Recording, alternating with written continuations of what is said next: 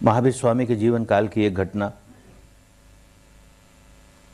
कोई एक देश का राजा, उसके मन में विरक्ति जागी, राजपाट छोड़ करके सन्यासी हो गया और घोर तप कर रहा है, खड़े तपता है खूब। कोई उस रास्ते से निकला और उसने भगवान महावीर से कहा, महाराज अमुक राजा सब कुछ त्याग करके घोर तप कर रहा है, इस समय उसकी मृत्यु हो जाए तो महाराज सदगति होगी क्योंकि इतना तप रहा है। भगवान महावीर ने कहा, नहीं रे, इस समय मर जाए तो घोर नरक में जाएगा। कुछ समय के बाद कोई दूसरा मैसेंजर आया कि वो संदेशवाहक का, उसने कहा, महाराज वो राजा तप रहा था ना, वो मर गया। तो कहते हैं उसकी तो सदगति हो गई।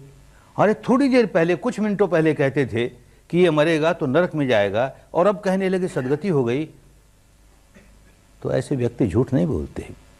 समझाया, देख जिस समय ये पहली सूचना आई कि ये व्यक्ति घोर तप कर रहा है तो मैंने अपने बोधि चित्त से उसके चित्त को देखा, उसके चित्त की क्या अवस्था है। उस समय उसके चित्त में बड़ा क्रोध जागा हुआ, बड़ा द्वेष जागा हुआ, क्योंकि तपते तपते उसने देखा कि उसके सामने से एक सेना जा रही है और वो उसके दुश्मन की सेना है और वो उसके राज्य पर हमला करने जा रही है।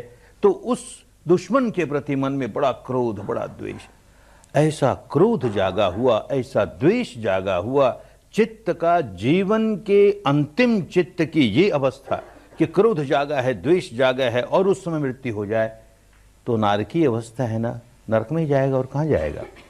थोड़ी देर के बाद उसे होश आ गया, अरे मैं करने क्या लगा, मुझको तो अपने चित्त को समता में स्थापित करना है, बाहर की बातों से क्या लेना देना, भीतर क्या हो रहा है। क्रोध जागा ना, इस क्रोध को देख करके अपने मन को क्रोध से विहीन करना है। लग गया अपने काम में और यूं लग गया काम में, चित्त समता में आया और मृत्यु हो गई। तो कहता है जब मेरे पास ये सूचना आई कि मृत्यु हो गई तब मैंने जाना, अरे इस समय तो इसका चित्त क्रोध विहीन था, द्वेष विहीन था, तो सदगति अपने आप हो गई।